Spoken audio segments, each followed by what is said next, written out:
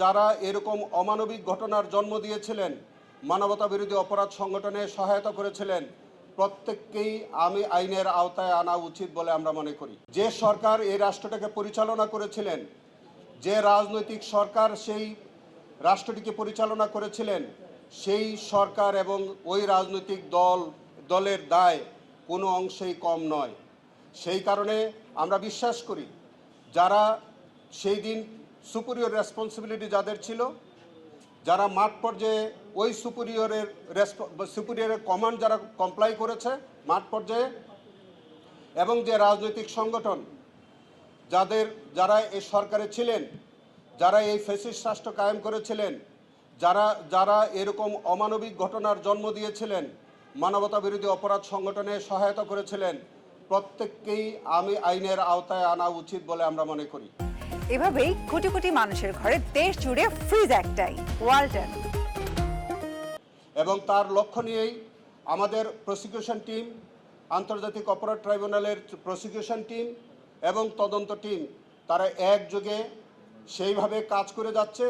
আমরা আপনাদের কাছে এই ওয়াদা করতে চাই, প্রতিশ্রুতি দিতে চাই, আমরা অত্যন্ত স্বচ্ছতা, নিরপেক্ষতা এবং আন্তর্জাতিক মান বজায় রেখে আমাদের এই ট্রাইব্যুনালের কার্যক্রম ভবিষ্যতেও পরিচালিত হবে। আমাদের ভিকটিমদের বর্ণনা অনুযায়ী যখন তারা যে বর্ণনাগুলো দিচ্ছিল, তার বর্ণনার সাথে যখন এই টিএফআই সেলের বর্ণনার সাথে যখন মিলতে ছিল না, তখন আমাদের ইনভেস্টিগেশন এজেন্সির একটা সন্দেহ কাজ করলো। তখন তারা আবিষ্কার করলেন যে কিছু কিছু জায়গায় দেখা গেল পরবর্তীতে দেয়াল দিয়ে এই জায়গাগুলো ঢেকে দেওয়া হয়েছে। সেইগুলি ওই পরবর্তীতে যে স্ট্রাকচারগুলো, সেই স্ট্রাকচারগুলো যখন রিমুভ করা হলো, তখন এক ভয়াবহ চিত্র বেরিয়ে আসলো। তখন দেখা গেল যে এই ওয়ালগুলো সরানোর পরে দেখা গেল যে অনেকগুলো সেই রুম, যেখানে আমাদের এই অমানবিকভাবে আমাদের সেই হতভাগা মানুষগুলোকে দিনের পর দিন রাখা হয়েছে, আপনারা ওখানে দেখেছেন যে নিচে এবং উপরে সব মিলিয়ে 22টি রুম। নিচে একটাকে বলা হয় কথিত ডেথ সেল, যেটা যে কত ভয়াবহ।